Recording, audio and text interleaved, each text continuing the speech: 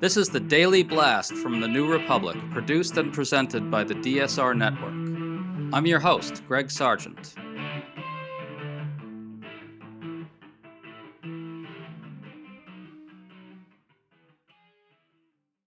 After the Virginia Supreme Court struck down a new redistricting that gave Democrats additional House seats, Donald Trump celebrated the outcome. In so doing, however, he accidentally revealed that he and Republicans expressly reserve the right for themselves to play by their own rules and rig elections in their own favor unilaterally. In truth, the only chance Trump and Republicans have of salvaging the midterms is extreme cheating, as a remarkable new poll shows. But what are friends of democracy supposed to do in a world where one party is openly rigging the game and the other isn't? Where are these gerrymandering wars really headed? We're talking this over with Ari Berman of Mother Jones, the great reporter on voting rights. Ari, good to have you on. Hey, Greg, great to talk to you. Thank you. So in Virginia, Democrats had succeeded in passing a redistricting referendum that added an additional 4 congressional seats to the Democratic column. The state Supreme Court struck that down. But instead of talking about the ruling, which is unfortunate, let's look forward, Ari. Democrats will probably still win 1 or 2 of those 4 seats in Virginia. Meanwhile, Republicans are redistricting in several southern states where they might get, 5 seats extra. Ari, what's the overall math right now? Can you just boil it down in really simple terms? Well, I would say Republicans are probably going to net about 5 seats from redistricting at the end of the day. Possibly more, maybe less, but they're ahead right now in the gerrymandering arms race because of what the state Supreme Court in Virginia did and because of what the U.S. Supreme Court did last week. What looked like a wash is going to be a small Republican advantage. 5 seats, that's unfair. It shouldn't have happened, but that's surmountable for Democrats, right? Yeah, I mean, in a wave election, it's definitely surmountable. It just gives them less margin for error in terms of the map. I mean, they are going to lose 1 or 2 seats in Virginia. The map is going to be more difficult for them in Florida because of the new gerrymander, not insurmountable, but more difficult. And then in some of these southern states, these districts that they've had for decades in certain places, like Tennessee, for example, where they broke up Memphis, those are no longer going to exist. So they're going to have to put Republicans on defense in some new places, and they're going to have to expand the map. Let's talk about what Donald Trump tweeted about the Virginia ruling. He said this, quote, "Huge win for the Republican Party and America in Virginia. The Virginia Supreme Court has just struck down the Democrats' horrible gerrymander. Make America great again," close quote. Ari, Donald Trump has literally commanded numerous Republican states to gerrymander to the maximum extent possible. He's sponsored many primary challengers to Republicans who refuse to go along with that. And here he is celebrating the fact that Republicans get to gerrymander and Democrats don't. His explicit position is that elections should be rigged in the GOP's favor. Your thoughts on that? Yeah, I mean, Trump was just celebrating all this week the fact that he ousted all of these Republicans in Indiana who were opposed to gerrymandering. So it's very clear that under Trump, the Republicans are an openly pro gerrymandering party. He's been pushing maximum gerrymandering everywhere in really unprecedented ways. And I think what the Virginia Supreme Court ruling showed and why it made people so angry is it feels like there's 2 sets of rules. It feels like Republicans are passing all of these gerrymandered maps that A, are not approved by voters, and B, are then upheld in court. And Democrats introduce a map that is approved by voters and then is struck down in court. So it's a total double standard. Democrats already have to face a higher bar in places like Virginia and California because voters have to approve their maps. And then even when they're approved in the cases of Virginia, you have courts retroactively throwing out millions of votes in a way that they have not done so far in places like Texas. I want to underscore the double standard here a little further. Democrats in numerous states now have gone to the voters and put the referendum before them on whether they want to redraw maps in the middle of the decade. That is a hard thing to do, but they respected the voters enough to go ahead and do that.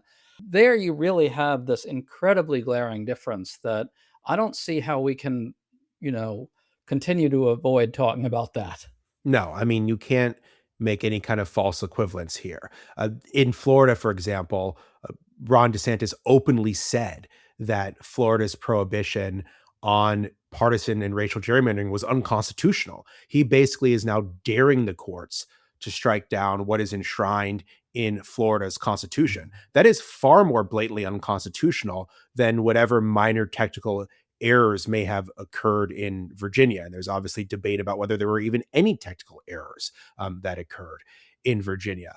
You take the fact that Louisiana just suspended an election altogether. 42,000 people had already voted, and they suspended the election so they can eliminate possibly one or two majority Black districts. So the process has been completely different in all of these red states. They have not only not been approved by voters, but they have broken so many different norms in terms of how they've gone about this process. I mean, look at the backdrop between Virginia and Tennessee this last week.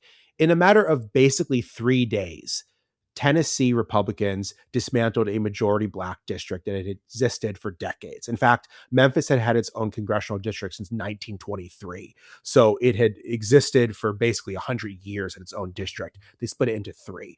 No opportunity for anyone to weigh in. Virginia, this took months. Voters had lots and lots of time to weigh in here. And to me, the vote by the voters in Virginia should have been the end of the discussion, right? Like the Supreme Court should have said, even if we have some minor qualms with the process, voters approved it and we are going to defer to the voters. I think that would have been the sound interpretation of the Constitution, but also the sound way of looking at the national environment, which is one party is doing everything they can to rig the system, and the other party has the hand tied behind its back in the effort to try to counteract it. And I just don't think that's fair.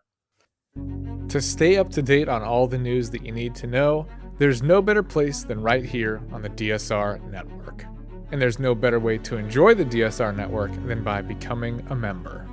Members enjoy an ad-free listening experience, access to our Discord community, exclusive content, early episode access, and more. Use code DSR26 for a 25% off discount on sign-up at thedsrnetwork.com. That's code DSR26 at thedsrnetwork.com/buy. Thank you, and enjoy the show.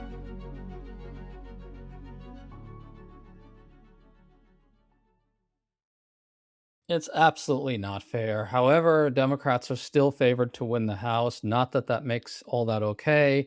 A new Marist poll has Democrats up 10 points in the generic House ballot matchup, 52% to 42%.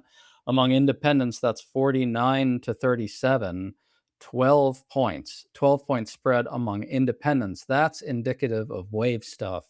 Now, in fairness, the polling averages, averaging all the polls together, only have Democrats up 5 points in the generic ballots. So Marist may be an outlier, but it could also be an early indicator. And plus 10 is a bit more consistent with these lopsided Dem wins we've been seeing in special elections. What's your reading of the House battle right now in on that front? I would lean more towards your interpretation, Greg. I think the battleground is going to be bigger than people are thinking based on how these special elections are going, based on the fact that Democrats are making inroads in what had been previously red states like Iowa and Ohio. I think that some of these GOP gerrymanders are not as secure as they think. In Florida, in Texas, some of these maps were very hastily drawn. Texas, for example, it was based on Trump's numbers in 2024. Trump has regressed a lot from 2024, particularly among some core supporters like Latinos. So I think there's sort of two separate discussions here. One is, can Democrats still win the House? And I think the answer is yes. And then the second thing, are we going to have an optimally fair election in November? And the answer is no, because right now we have a situation where so many things that would have previously been illegal are now legal. And I think particularly about the fact that all of this mid-decade gerrymandering and the dismantling of all of these majority Black districts across the South that we're going to see. I mean, Southern states are now doing things that would have been illegal under the law, at least back to the 1980s and possibly earlier than that. I mean, so we are going back literally 40 years in terms of what is legal under the Voting Rights Act. And I just really worry about how far they're going to take that in this kind of environment and what it's going to mean for representation more broadly. I mean, you could have a situation where, yes, Democrats win the midterms, but at the same time, the midterms were a lot less free and fair than they should have been. 100%. So let's look at the out years now. This state of affairs in which one party is openly, explicitly, gleefully declaring that it plays by its own rules no matter what, it gets to rig elections and the other party doesn't. That is going to absolutely require Democrats to start redistricting more aggressively next cycle in time for the 2028 elections.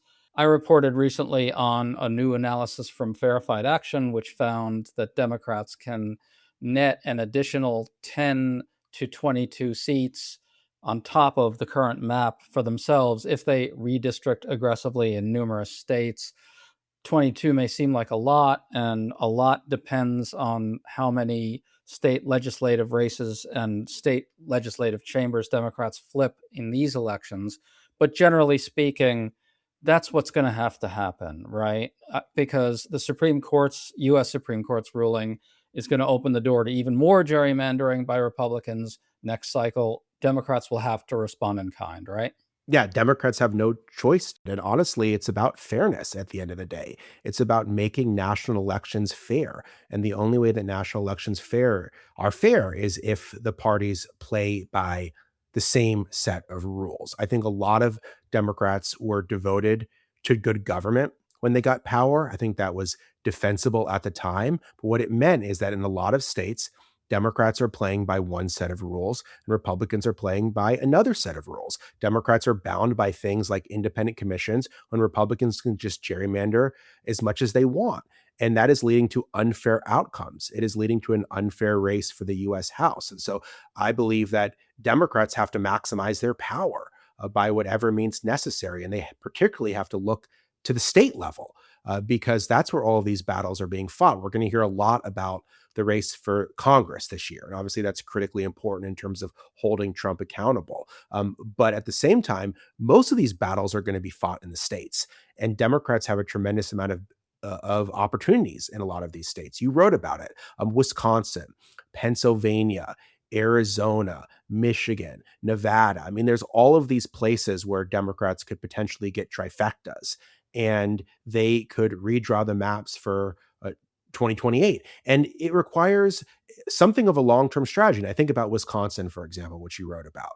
Wisconsin was a place in the early to mid 2010s where it seemed impossible that Democrats would ever have any power. They were shut out of the governor's race. The state Supreme Court had a huge conservative majority. The legislature was super gerrymandered. It was one party rule, right? Well, Democrats won the governor's mansion. They won a bunch of seats to get a progressive majority on the state Supreme Court. They struck down the gerrymandered state legislative maps. Now they could flip both chambers of the legislature. That to me is a roadmap of what Democrats need to do everywhere, which is figure out how to maximize power so that you play by the same set of rules as Republicans do. And let's just be really clear about what the Democratic position actually is, because they constantly get accused absurdly of hypocrisy for wanting to gerrymander despite opposing it themselves. Here's the Democratic position. Neither side should gerrymander because it's bad. It disrespects the opposition's voters and allows lawmakers to protect themselves from accountability. But even though gerrymandering is bad, if Republicans insist on maximizing it, Democrats have to do the same. Otherwise, they are acquiescing to a system in which one party is playing by a different set of rules. Now, people like you and me, Ari, good government liberals and so forth, had long been kind of hoping that there was a path to mutual de-escalation. These commissions, the whole premise of the commissions is that if you invite Republicans to try and do something that's mutually fair, then maybe it de-escalates the hardball on both sides. But they have just said, fuck that, no way. Now they're openly threatening to maximize their own gerrymanders after the Supreme Court ruling. So such hopes of mutual forbearance are dead. That's all there is to it. Yeah, I mean, the only way reform works is if it's on a national level and it applies equally in all states. It can't be a situation where only blue states do it and it's essentially unilateral disarmament. We tried that. It didn't work. It didn't lead to more fairness. It led to one side being given a blank check and the other side having one arm behind their back. And so I think Democrats have learned this lesson. I still worry about what an endless gerrymandering arms race will mean. I think it will lead to more partisanship, more polarization, less competition. But the alternative is worse, which is that Republicans just gerrymander in all these places. They have a perpetual lock on the U.S. House and on state legislatures, and Democrats have no way to fight back. So, at the very least, I believe that this gerrymandering arms race, while incredibly destructive to American democracy, has woken Democrats up to the need to be as aggressive as Republicans in trying to maximize power, and also realizing they can't wait on the courts to save them. The US Supreme Court's not going to save them, and even state Supreme Courts are often major impediments. In Virginia, they controlled the governor's mansion and the legislature, but they didn't control the courts, and we saw the impact of that.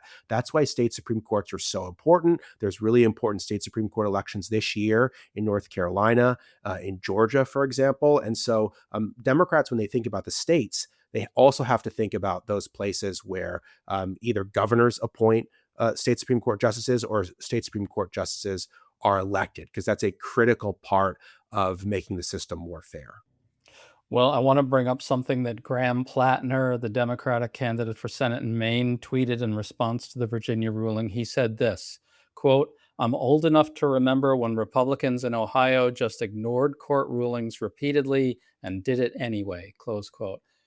Now, that's something of a bombshell, I think, Ari, because he's not exactly saying that in Virginia, Democrats should simply ignore the courts, but he's floating that as an option. And I take him to be saying that we are now inevitably going to enter into a period of procedural total war, and Democrats have to be willing to do whatever Republicans do in those fights. That's kind of a bombshell, right? From a Senate candidate, a major Democratic Senate candidate. Well, but I think it makes sense because, again, Republicans are not bound by any kind of norms in this fight. They have not respected any kind of procedural process up to stop them. When there was a primary in their way, they just canceled the primary, right? When there were laws that prohibited mid-decade gerrymandering, they just repealed them. When there was state constitutions they didn't like, they just said, let's just say this is unconstitutional. That's what they've done in all of these places. So I don't get why Democrats are just going to say to the Virginia State Supreme Court, we're going to allow you to nullify a vote that was held by 3 million people. The difference here in Virginia is that the voters weighed in. I keep harping on this process because I think it gives it a legitimacy that doesn't exist in all of these other states. In California, where Democrats were able to add 5 seats, they also went to the voters. So they keep going to the voters. Republicans don't do that. Let's close on the comic relief, or maybe it's not all that funny. The SAVE Act is a really disgusting piece of voter suppression legislation. Trump and other Republicans have openly and explicitly said they have to pass the SAVE Act in order to hold power at a time when Trump is really, really unpopular. Listen to GOP Congressman Roger Williams' answer about the SAVE Act. Well, I would hope not. It's pretty easy to vote for something like this. I mean, we want the right people voting. So I don't know. The Senate acts in different ways from the House. We passed some good legislation. We sent it to them. So let's see what they do with it. So isn't that something? He said, we want the right people voting. Again, Ari, unintentionally revealing your response to that. Yeah, I mean, that's just a dog whistle that goes back many, many years. I mean, I can think of so many segregationists in the Jim Crow South saying the same kind of thing. We want the right people voting. And I think it's in this week in particular, it's just revealing that so many things that we thought were of the past have come back really with a vengeance. And so I think it's just indicative that when they say they only want certain people to vote, they really do mean it. Yeah, and just to close this out, look, a lot of people will point to these results and say, okay, well, Democrats need to win more than a majority to win the House. So they just have to moderate, or they just have to adopt more popular positions, et cetera, that type of take. Okay, yes, Democrats have to adopt popular positions, but we don't need to choose between these two things. There should be a two-track approach here. One is try to adopt the most popular positions and execute the best politics possible, best political strategies possible. But on the other, you're going to have to enter into procedural maximalism here. Otherwise, you perish. Isn't that the essence of this? Yeah, I mean, winning elections aren't enough if elections themselves aren't fair. And so I think whatever they can do to level the playing field and make it so that both sides are playing by the same set of rules, to me, that has to be the guiding light of the Democratic Party going forward. Agree 100%. I hope Democrats follow that advice. Ari Berman, great to talk to you. Thanks so much for coming on. Great to see you, Greg. Thanks for having me.